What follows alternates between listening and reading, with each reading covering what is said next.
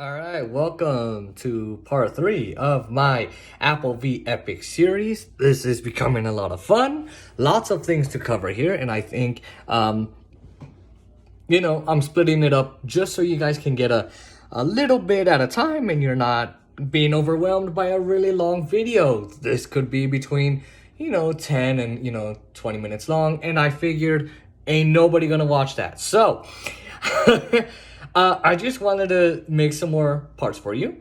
And here's what I'm going to cover. This time, I'm going to cover why does Apple need a 30% cut or a 15% cut of any kind of profits that other apps make. Now, remember that whenever you go inside of a house, right, and you think about renting it, the biggest thing you have to know is that you're just not going to find a landlord that is going to let you pay somebody else instead of them. You're not just going to go into a house, rent it out, and not pay the landlord. It's not going to happen. That's effectively what Apple is arguing in terms of why Fortnite got banned.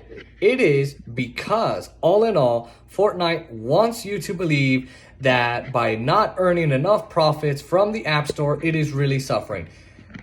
Not the case. So why does Apple really need a 30% cut? Why? Okay, so if you're asking yourself, hey man, Apple didn't make Fortnite, I'm not sure why it's even asking for a 30% cut. It actually really doesn't make any sense. Okay, but you gotta realize a few things. Apple has to pay for all the server space where it stores all the freaking apps on the App Store. All the apps from all the developers, all the data, all the apps, all the storage space that each app takes, right? It's like when you go into your closet and you're saying to yourself, I got all these shoes, I got all these clothes, I've got all my colognes and all kinds of dresses and all kinds of things. And, maybe I need to put something else in the other closet, right? I need more space. Or maybe you're thinking, I need to buy a house where it has a giant walk-in closet for me and my wife, or me and my girlfriend, or me and my kids. Whatever it is, you're thinking, I need more space. And that's what Apple is talking about. The second thing is, Apple's got to pay a bunch of people, a lot of developers, to update and maintain the App Store. Prevent any viruses, prevent any malware, update its security, update its privacy, update its storage, and everything else. Make it more user-friendly for everybody, more usable, and, creating more tools for developers to utilize. Next, it always updates iCloud and iOS. Every time, iCloud gets a little bit more updates. Every time you have an iOS update, iCloud gets updated. And with new updates comes great new responsibilities. They give you brand new features, like with iOS 14. You have new privacy settings. You got guides. When you go into a map, you have guides where if you live in Summerlin, where I live, or you live in Daytona Beach, or you live in Miami, wherever you live, or LA, it has a guide that you can develop or get and place any kinds of restaurants, malls, shopping plazas, anything else that you would like on that guide, so that whenever you hit that place, you hit it up, Apple already has that there for you. EV tracking, where it'll tell you what kinds of electric vehicle charging stations there are in your location or near you. Cycling, right? It has the NFC, right? If a car has NFC, you can now do car keys. You can do app clips, where you can use a part of an app that you need without downloading it. All these kinds of new features. And by the way, developers get these new features and APIs and they take advantage of those. Apple's got to pay for that. Those are just a few little things that Apple's got to do to make sure that App Store stays great. Another thing is Apple's App Store is one of the most safe and secure places you could ever shop at. I'm not kidding. You could purchase your app, you could download your app. Developers don't have to worry that there's going to be malware or viruses or any kind of hacking or problems, because Apple makes sure that it's a healthier environment, it's safe, it's secure, and with that comes a lot of money that they've got to put forward.